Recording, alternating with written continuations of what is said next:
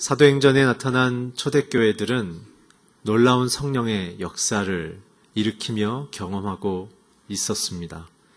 그 성령의 역사는 한 개인을 변화시켰을 뿐만 아니라 그 당시에 유럽 사회를, 소아시아 사회를 뒤흔드는 외교적인, 정치적인, 문화적인, 경제적인 변혁을 가져왔습니다.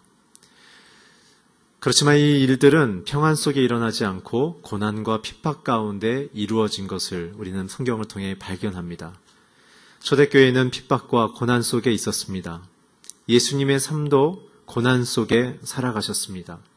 예수님의 십자가란 참된 하나님을 거부하는 자신의 기득권과 탐욕을 지키려는 인간의 본성이 참 신이신 예수님마저도 죽이려는 그 마음 가운데 일어난 역사의 사건이죠. 그리고 그 예수님을 경험한 제자들조차도 고난 속에 살았지만 놀라운 하나님의 기적을 그들은 경험하고 있었습니다.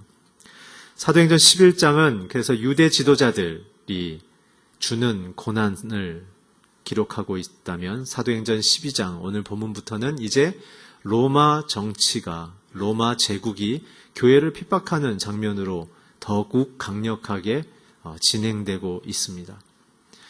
유대 지도자들을 통해 핍박을 통해 스데반의 순교가 일어났다면 오늘 12장을 시작하자마자 로마 제국의 핍박을 통하여 요한의 형제인 야고보가 AD 44년 예루살렘에서 체포를 당해 헤롯에 의하여 참수형을 당하는 사도 가운데 첫 번째 순교자가 등장하게 되어집니다. 오늘 저와 여러분이 이 메시지를 받아들이면서 우리는 어떻게 묵상하며 접근해야겠습니까? 과연 성도들은 고난을 겪고 고난을 맞이할 때 어떠한 태도로 이 고난을 통과해야 하는가? 그것이 오늘 설교의 굉장히 중요한 관점입니다. 오늘 성경은 얘기합니다. 성도들의 인생 가운데 굉장히 중요한 기도의 내용은 하나님, 선하신 하나님께서 내게 왜 이 고난을 허락하십니까? 라는 고난의 그 목적과 하나님의 그 계획에 대해서 묻는 것이 우리의 참된 신앙의 시작점이라는 것을 말하고 있습니다. 오늘 본문 1절부터 3절까지 우리 함께 자막을 통해 읽어주십시오. 시작. 그러므로 헤롯이 교회를 박해하려고 교회에 속한 몇몇 사람들을 체포했습니다. 헤롯은 먼저 요한의 형제 야고보를 칼로 죽였습니다. 이 일을 유대 사람들이 기뻐한 것을 본 헤롯은 이어 베드로를 잡아들였습니다. 이때는 무교절 기간이었습니다. 헤롯에게 있어서는 정치적인 쇼가 필요했습니다. 그것은 왜 그러냐 하면 헤롯이 이 지역의 분봉왕으로 내려온 이유는 로마 제국의 본산으로부터 정치적인 파면성, 경질성의 인사이동이었기 때문에 그렇습니다.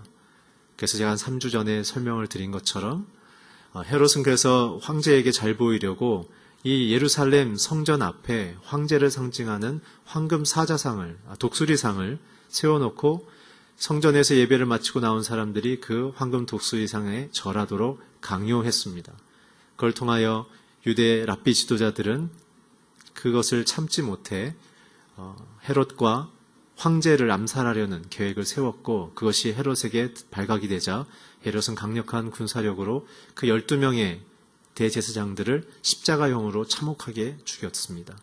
그 일을 통하여 유다의 지파의 사람들이 이제 예루살렘 근교에 있는 광야에 2만 명의 병력을 소집하고 그 병력을 통하여 헤롯을 넘어뜨리려는 군사의 구테타를 준비를 합니다.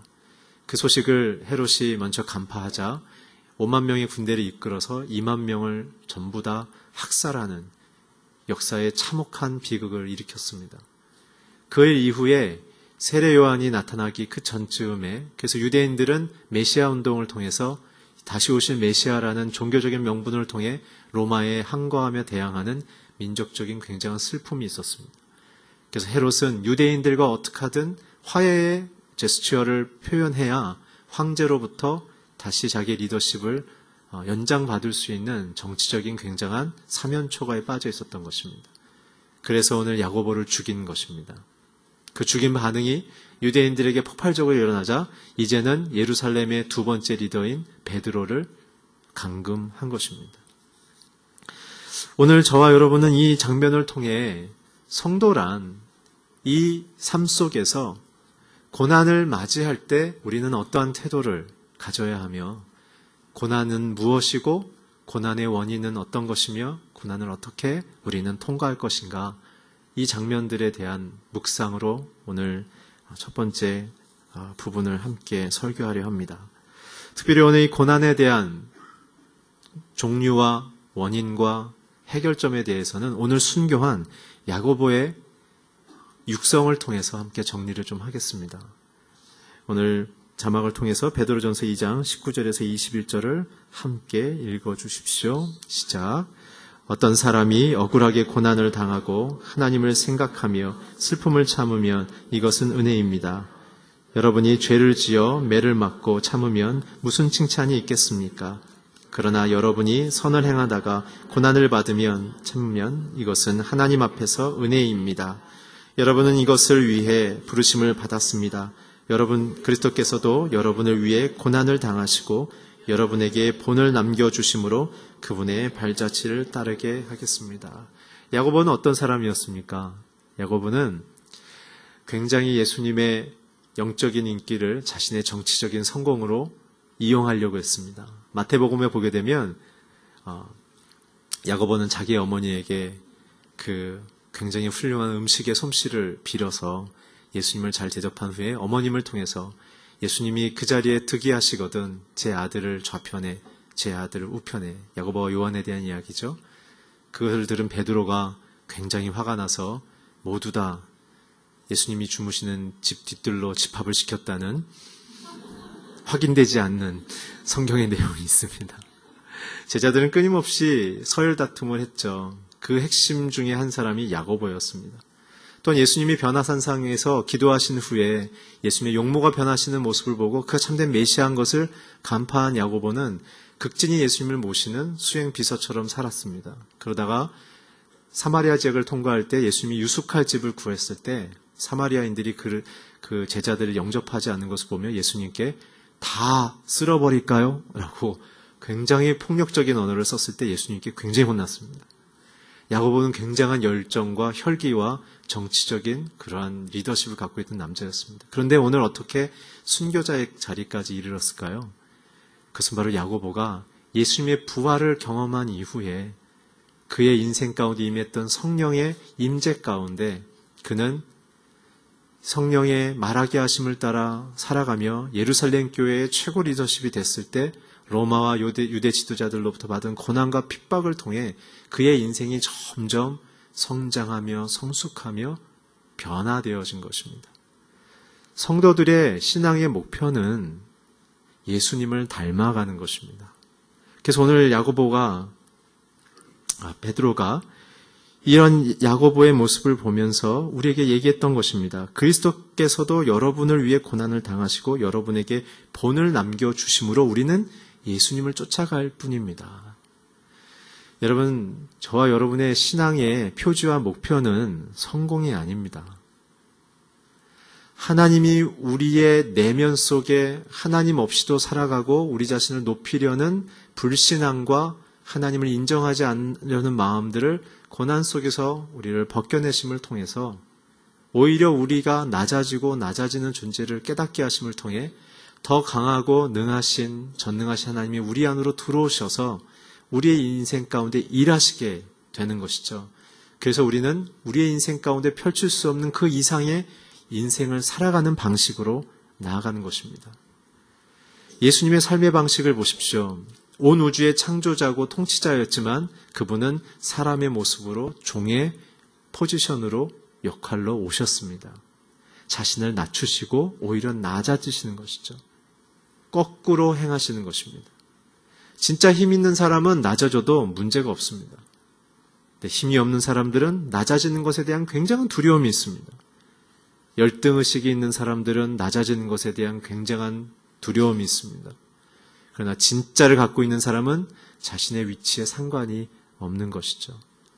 오히려 성경은 성도들에게 복음을 선택하며 살아가는 방식을 통해 우리가 세상 앞에 낮아지는 모습으로, 고난과 핍박을 기쁘게 받아들이는 모습으로 오히려 더 강한 능하신 세상의 통치자인 주님을 경험하고 그 주님의 역사를 일으키는 주체로 선택받는 굉장한 역설적인 리더십으로 우리를 부르고 계십니다.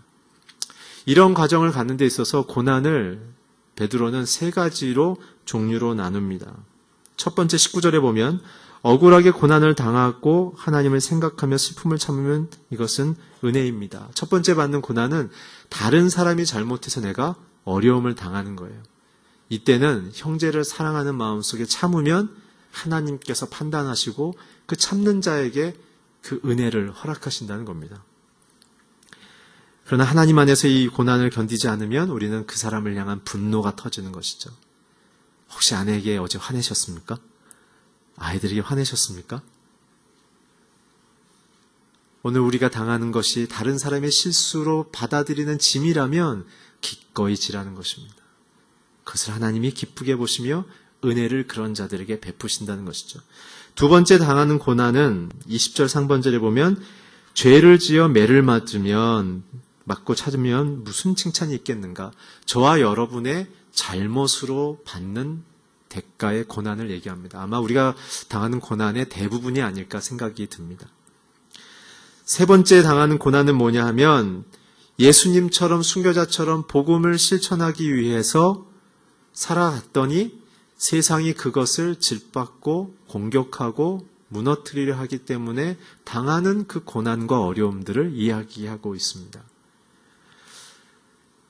오늘 이 세 가지의 고난 속에 저와 여러분은 어떤 고난의 종류로 지금 진행하고 있습니까? 특별히 첫 번째, 두 번째인 다른 사람의 잘못과 자기로 인한 고난에 대한 그 출발점에 대해서 야고보는 이렇게 설명합니다. 야고보서 1장 13절에서 15절을 함께 읽어주십시오. 시작. 누구든지 시험을 당할 때 내가 하나님께 시험을 받고 있다라고 말하지 마십시오. 하나님은 악에서 친히 누구를 시험하지도 않으십니다. 각 사람이 시험을 당하는 것은 자기의 욕심에 이끌려 유혹에 빠지기 때문입니다. 욕심이 잉태에 죄를 낳고 죄가 자라 사망을. 야고보는 자신의 인생 속에 수많은 고난을 겪으면서 발견한 그 고난의 핵심은 무엇이냐면 우리 안에서부터 나오는 욕심으로 당하는 고난과 복음을 순종하면서 겪는 고난은 구별해야 한다라는 얘기를 하고 계십니다. 오늘 예수님의 말씀을 실천하면서 겪는 고난이 아니라면 그것은 저와 여러분 안에 있는 죄의 욕심 때문에 생긴 고난이란 것이죠. 그런 종류의 고난의 메커니즘은 어떻습니까? 내게 허락된 하나님의 분량을 넘어선 성취를 꿈꾸는 자들, 내게 허락된 범위의 이상의 이윤과 결과를 얻기 위해서 요행을 바라는 자들에게 있어서는 항상 자기가 처음에는 그 욕심의 주인이 돼서 조종하며 가지만 그 선을 넘는 순간 그 환경과 상황이 욕심이 나를 지배하며 주장해서 부끄러움을 당하게 되는 경우가 빈번하지 않습니까? 오늘 우리의 마음속에 우리는 내가 당하고 있는 고난이 내 안의 욕심으로부터 나온 것인지 아니면 하나님의 복음의 순종함으로부터 나온 것인지를 먼저 분별할 수 있어야 합니다.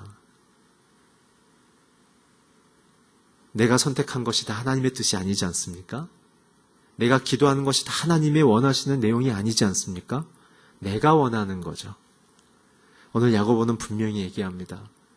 우리에게 하나님을 허락하며 받기를 원하는 고난은 하나님의 영광을 드러내기 위한 새벽과 같은 그러한 일시적인 현상을 원하시는 것이지 우리 안에 있는 하나님이 허락하지 않는 삶의 영역과 목표를 향한 탐심으로 받는 고난과 짐이 아니라는 것입니다. 오늘 고난 중에 계신 분들이 있다면 그 짐을 벗으십시오. 하나님이 허락하지 않은 영역 때문에 고통하는 분들이 있다면 벗으십시오.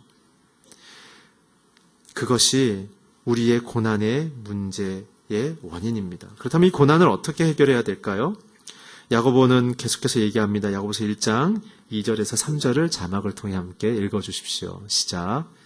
네, 형제들이여 여러 가지 시험을 만나거든 온전히 기쁘게 여기십시오. 여러분이 알다시피 여러분의 믿음의 연단은 인내를 이룹니다. 오늘 야고보는 시험을 만나게 되면 첫 번째 통과할 수 있는 방식은 기뻐하라고 얘기합니다. 어떻게 기뻐할 수 있을까요? 그것은 인내를 통해서, 믿음의 인내를 통해서만 기뻐할 수 있다고 얘기합니다. 자, 그렇다면 믿음의 인내가 그럼 무엇입니까? 믿음의 인내는 이것입니다. 하나님의 뜻이 내게 이루어질 것을 기다리는 게 인내입니다. 그렇다면 어떻게 하나님의 뜻이 내게 이루어질 것을 기다릴 수 있을까요? 그것은 하나님이 누구이신지의 그 성품을 깊이 경험한 사람들만 인내하실 수 있습니다. 왜 그럴까요? 그 시험의 해결자가 내가 아니라 하나님이라는 믿음이 먼저 필요한 것이고, 두 번째는 그 하나님이 어떠한 분이신지를 내가 확신할 수 있어야 지금 사람들로부터 받는 억울한 공격과 오해의 말들과 비난과 비판들을 내가 감내할 수 있는 것이죠. 하나님 없이 믿음과 시련 속에 들어간다면 나는 그 대상의 원인이 되는 사람을 제압하거나 조절하기에 내 인격과 인격이 부딪히는 굉장히 아픈 시간들을 겪을 수밖에 없습니다. 원한이 쌓일 수밖에 없죠. 그러나 하나님 앞에서 이 고난이 내 잘못으로 출발했을지라도, 그러나 이 일 속에 나를 변화시키시고 나를 깨닫게 하시고 내 안에 있는 욕심을 버릴 수 있는 인생의 회복을 주실 하나님을 우리가 마지막에 다시 한번 한다면 하나님은 그것을 믿음의 인내 가운데 기쁨으로 우리를 인도하십니다. 오늘 우리의 인생의 시련 속에 있어서의 가장 독은 무엇이냐면 그 문제의 해결자가 나라고 생각해서 하나님을 의지하지 않고 내가 고민을 많이 하고 있다는 사실이죠. 여러분, 예수님의 그 얘기를 기억하십시오. 너희가 걱정한다고 키를 한 자나 더 할 수 있겠느냐? 인생은 수동태란 것입니다. 내가 적극적으로 생각하고 적극적으로 개입하지만 그러나 한 개인의 인생은 그가 살아가고 있는 환경과 다른 사람들의 관계를 통해 결정이 되는 것이지, 내가 갖고 있는 조건으로 기회는 찾아오고 기회는 얻을 수 있지만 결정되지는 않습니다. 왜냐하면 내 인생의 진로만 봐더라도 그 진로의 문을 열어주는 결정권자는 내가 아니라 회사의 입사 담당자이며 내 상사이기 때문에 그런 것입니다. 하나님은 그들을 통해 일하십니다. 믿음이 없는 자들은 내가 세상의 중심이라고 생각하지만 세상의 중심은 예수 그리스도십니다. 시련을 당할 때마다 우리는 그래서 겸손한 마음으로 돌아가야 합니다. 내가 이렇게 잘 살아왔는데 이런 시련을 내가 왜 당하지? 라고 묻는다면 아직 출발선에 서지 못한 사람입니다. 시련을 당했다면 그 원인이 내 욕심인지 복음의 순종함을 겪는 내가 의의 핍박인지를 구분하며 전자든 후자든 이제는 하나님의 믿음의 인내를 통해 그의 뜻이 이루어지기를 기쁨으로 기다리는, 그 기쁨은 나를 변화시킬 하나님을 소망하고 신뢰하기 때문에 가능한 것이죠. 예수님마저도 자신을 온유하다고 얘기했던 이유는 무엇입니까? 아버지의 뜻이 자기에게 이루어질 때까지 예수님조차 기다리시는 인생을 살았기 때문에 그렇습니다. 예수님의 고난과 시련의 인생 속에 예수님은 딱 한 번 빌라도의 법정 앞에서 내가 진정한 왕이다라고 외치신 것 외에는 어떤 비난과 핍박과 매질도 침묵 가운데 걸어가셨습니다. 왜 그러셨습니까? 성부 하나님의 뜻이 자기에게 이루어지는 것이 인생의 사명이며 목표이기 때문에 그랬습니다. 저와 여러분을 살리는 일. 그렇다면 우리의 인생 가운데 당하는 고난 속에 우리는 고통하는 이유는 무엇입니까? 그 시련 가운데 주신 하나님의 목표와 비전을 우리는 놓치고 있기 때문에 그렇습니다. 그것이 우리의 위로입니다. 그것이 우리의 소망입니다. 환경을 원망하지 마시고 하나님을 의지하십시오. 믿음 없는 자들은 그래서 고난이 오게 되면 원망하며 상황에 따라 낙심합니다. 그러나 믿음 있는 자들은 고난 속에 들어가면 약속을 믿음으로 기뻐하며 기대합니다. 오늘 우리가 약속을 다시 얻으며 하나님을 붙잡고 나아가는 인생이 되기를 주의 이름으로 축원합니다. 여러분들의 남편을 조정하고 변화시키려고 하지 마십시오. 아내를 그렇게 제압하려고 하지 마십시오. 특별히 자녀들을 그렇게 하려고 하지 마십시오. 더 큰 시련이 옵니다. 하나님께 맡기십시오. 그것이 야고보를 통해 주는 교훈입니다. 계속해서 4절부터 10절까지 본문을 읽도록 하겠습니다. 시작. 그는 베드로를 잡아 감옥에 가두고 군인들 4명씩 한 조를 지어 4조가 지키도록 했습니다. 6월절이 지나면 그를 백성 앞에 끌어내 공개적으로 재판할 생각이었습니다. 베드로는 감옥에 갇혔고 교회는 그를 위해 하나님께 간절히 기도했습니다. 헤롯이 베드로를 재판장으로 이끌어내고 한 전날 밤 베드로는 2개의 쇠사슬에 묶인 채 2명의 군인들 사이에서 잠들어 있었고 경비병들이 감옥 문을 지키고 서 있었습니다. 그런데 갑자기 주의 천사가 나타나더니 감방에 빛이 환하게 비치는 것이었습니다. 그가 베드로의 옆구리를 찔러 깨우며 어서 일어나거라 라고 말했습니다. 그러자 베드로의 손목에 매여있던 쇠사슬이 풀렸습니다. 그때 천사가 베드로에게 허리띠를 메고 신을 신어라 하고 말하자 베드로는 그렇게 했습니다. 천사가 다시 겉옷을 입고 나를 따라오느라 말했습니다. 베드로는 천사를 따라 감옥에서 나오면서 도대체 천사가 하는 일이 꿈인지 생시인지 알 수 없었습니다. 그저 환상인 것만 같았습니다. 그들은 첫 번째 경비병들과 두 번째 경비병들을 지나서 성문을 통하는 철문에 이르렀습니다.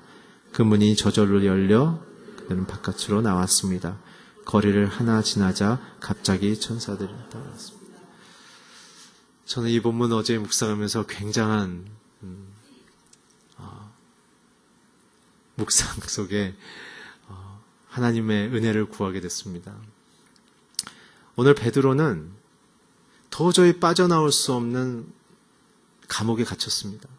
읽어보셔서 아시겠지만 쇠창문이 3개, 3중으로 되어 있는 1급 죄수가 있는 지하 감옥에 갇혀 있었고 무려 16명의 로마 병정이 그를 지키고 있었으며 그것도 모자라서 각 문마다 가드가 서 있었고 또 베드로의 감옥 앞에 나머지 병정들이 서 있었으며 두 병정은 감옥 안에 베드로와 함께 자신의 몸을 함께 쇠사슬로 묶는 도저히 탈출 불가능한 상황 속에 있었습니다.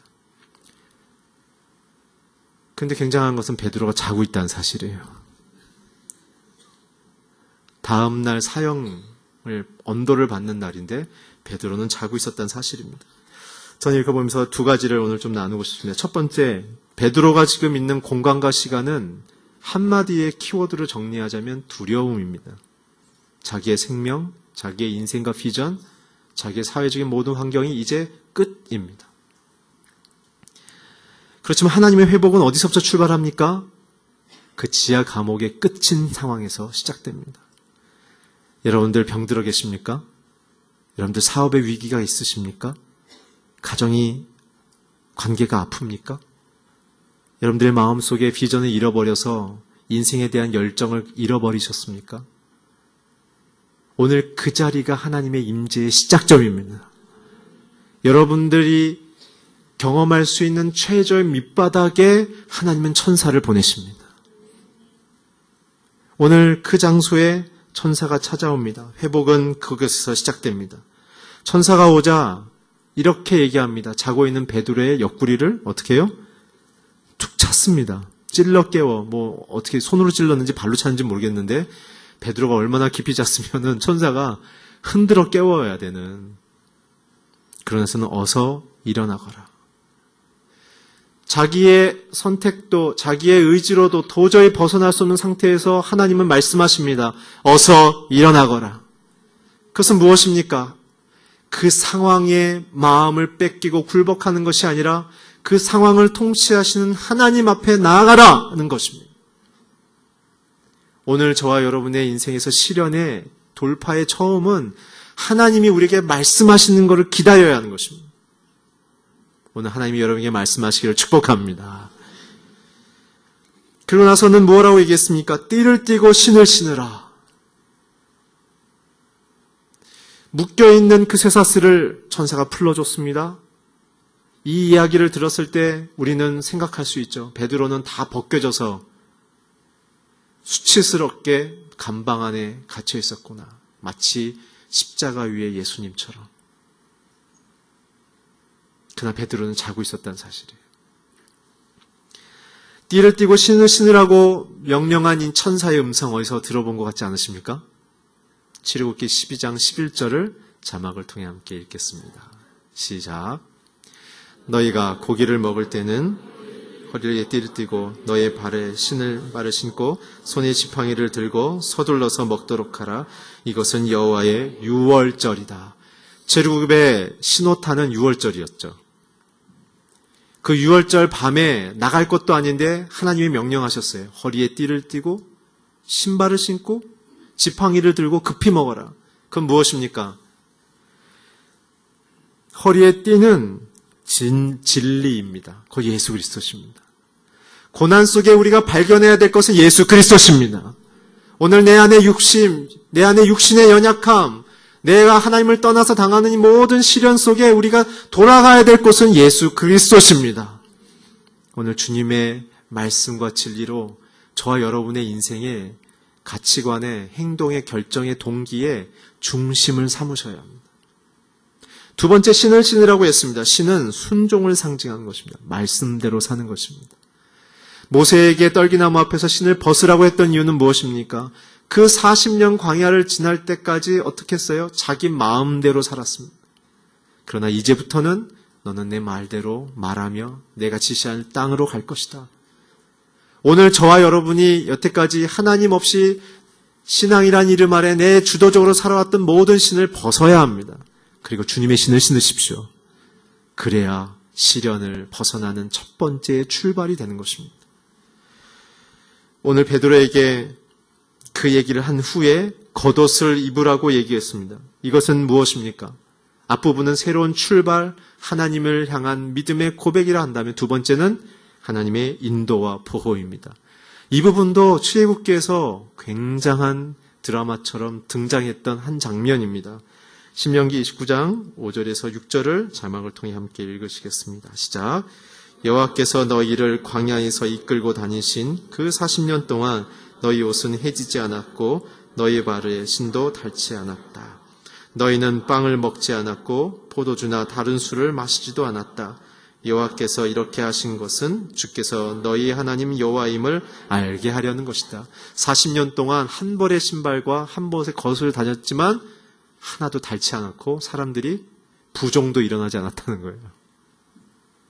음식도 사람의 손으로 지어서 먹은 게 아니라 다 하나님이 공급하는 공급으로만 만나와 메추라기로만 물로만 먹고 살았다는 거예요.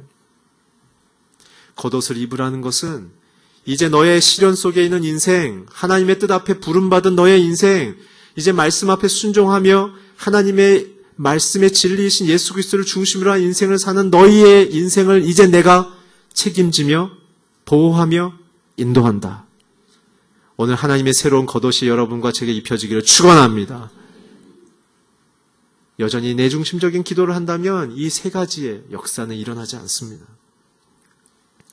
오늘 베드로는 이것을 들었지만 꿈인지 환상인지 분간하지 못하고 천사의 이끌림을 받아 한 걸음 한 걸음 순종하며 나갔을 때 묶였던 쇠사슬도 풀렸고 지키고 있는 간수의 눈들을 피하여 열쇠 없이도 문이 자동으로 열려지는 역사를 경험하고 그는 성 밖으로 나와서 이제는 안전한 지역으로 도착하자 천사가 떠난 것을 보며 하나님께서 나를 인도하셨다. 하나님의 사명 앞에 그는 다시 한번 자기 자신을 드리는 시간을 가졌습니다. 사랑하는 성도 여러분, 오늘 저와 여러분의 인생의 눈과 마음은 우리에게 주어진 시련을 주목하는 것이 아니라 시련 속에 함께 하시며 하나님의 사명으로 이끄시는 그 하나님을 보기를 주의 이름으로 축복합니다. 마지막으로 베드로의 잠에 대한 이야기를 좀 하겠습니다. 베드로는 왜 감옥에서 이렇게 잘 수 있었을까요? 제정신입니까 지금? 죽기 전날 밤인데 어떻게 이렇게 잠을 잘 수 있습니까?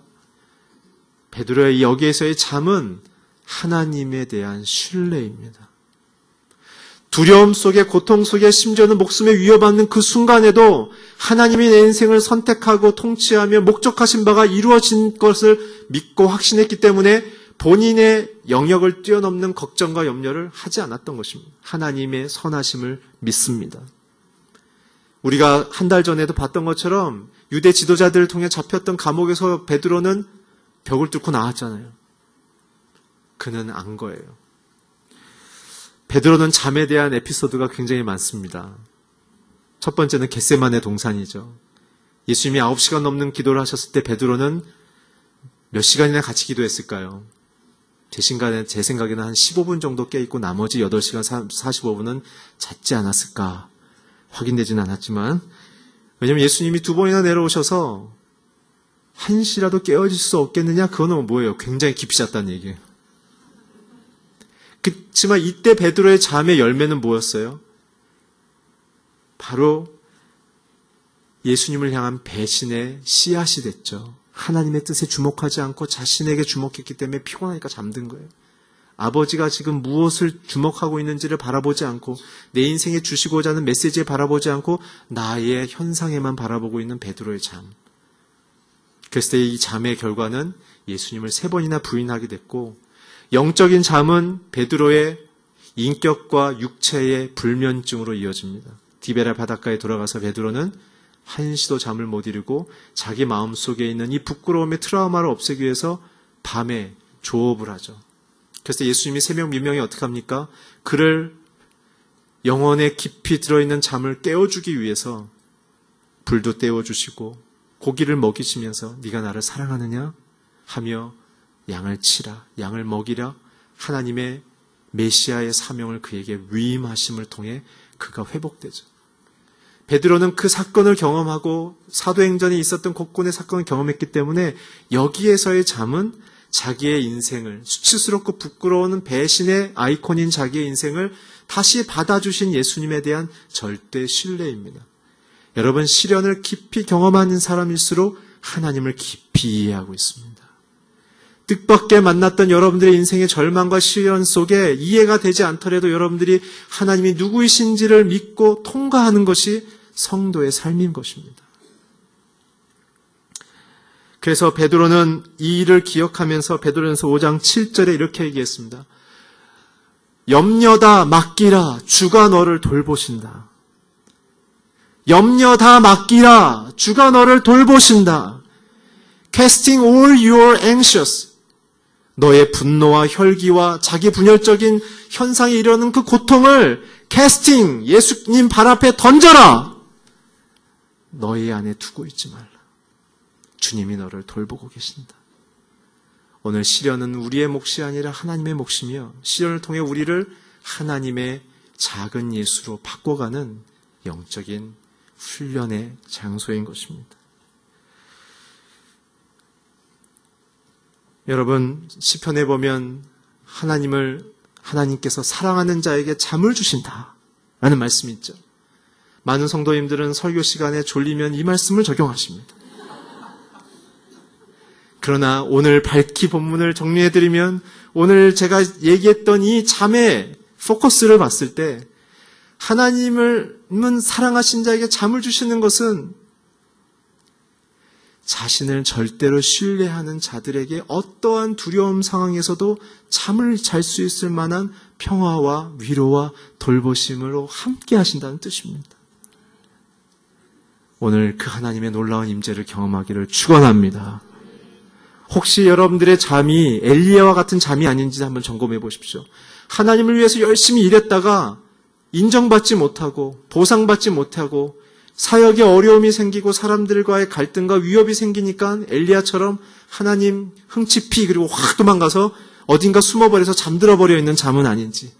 그러나 놀라운 사실은 베드로에게 찾아갔던 예수님처럼 엘리야에게도 식단만 좀 바꿔서 떡과 고기를 구워주면서 그를 먹이고 마시우게 하며 충분히 자기도록 놔두고 다시 호렙산으로 하나님의 비전의 산으로 그를 이끌어서 광풍을 경험하게 하고 토네이도를 경험하게 해도 엘리야가 상하지 않았고 지진을 경험해도 엘리야가 상하지 않음을 경험을 통해 엘리야에게 말씀하시는 거예요. 사실 엘리야가 그 광풍과 토네이도를 봤을 때 자신의 시련 속에 어떠한 걸 꿈꿨겠어요? 자기를 괴롭혔던 이세벨에게 그 토네이도가 갔으면 좋겠다는 거죠. 광풍과 지진이 그녀를 덮었으면 좋겠다고 생각했을 거예요. 그런데 놀라운 사실은 하나님은 그 안에 안 계셨다고 열왕기상을 기록하고 있어요. 어디 계셨어요? 그것이 다 지나간 다음에 세미한 음성 속에 여호와께서 계셨어요. 시련 속에서의 하나님이 다가오시는 방식은 세미한 음성이에요. 또한 우리의 잠들어 있는 잠이 요나의 잠은 아닙니까? 영혼을 사랑하고 회복시켜야 되는데 귀찮고 그 사람이 미우니까는 그냥 잠들어 버리는 거예요. 그리고 하라고 해도 가가지고 망한다. 그리고 조용히 다니고 끝나버리는 거예요.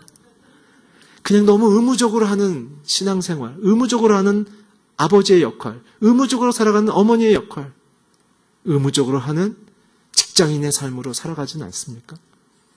깨어 계십시오. 어떤 어려움이 와도 주의 사명으로 살아가십시오. 영혼을 살리기 위한 비전으로 살아가십시오. 그것이 오늘 베드로가 잠들었으며 그가 인도함을 받아 다시 인생 가운데 서는 하나님의 부르심인 것입니다. 오늘 시련 속에 계신 분들이 있다면 이 평화가 임하기를 주의 이름으로 축원합니다. 그래서 하나님을 더 깊이 만나며 하나님의 평화와 위로 속에 다시 하나님의 사명자로 서십시오. 하나님의 놀라운 영광이 여러분들의 인생과 가정에 임하기를 주의 이름으로 축원합니다. 기도하겠습니다. 하나님 감사합니다.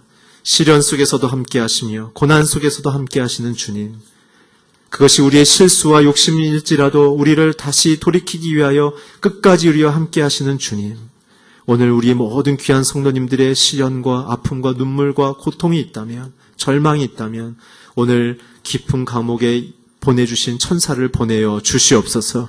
그곳에서부터 하나님의 탈출을 경험하며 이끄심을 경험하며 시련을 통해 하나님을 더 깊이 사랑하며 자신의 사명을 자리를 쫓아 나아가는 귀한 인생 되게 하여 주시옵소서. 예수 그리스도의 이름으로 기도했습니다. 아멘.